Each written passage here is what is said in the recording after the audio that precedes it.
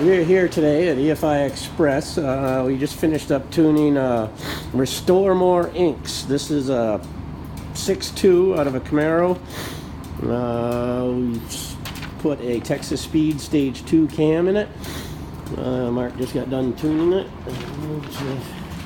Come out pretty good. Let's see, there's the nice picture of the graph right there. There's the magic number right down here. 463 at the hubs of our dyno cart, which we'll have to add 15% for the loss of the rear end. Let's see, what is the torque on this one? Let's see, so peak torque we made about 412 foot-pounds of torque. 412 at the hubs. Anything else you'd like to add, Mark? No, enjoy it.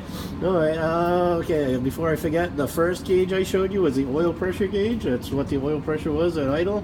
The second gauge was the fuel pressure gauge, which was reading about 62 today.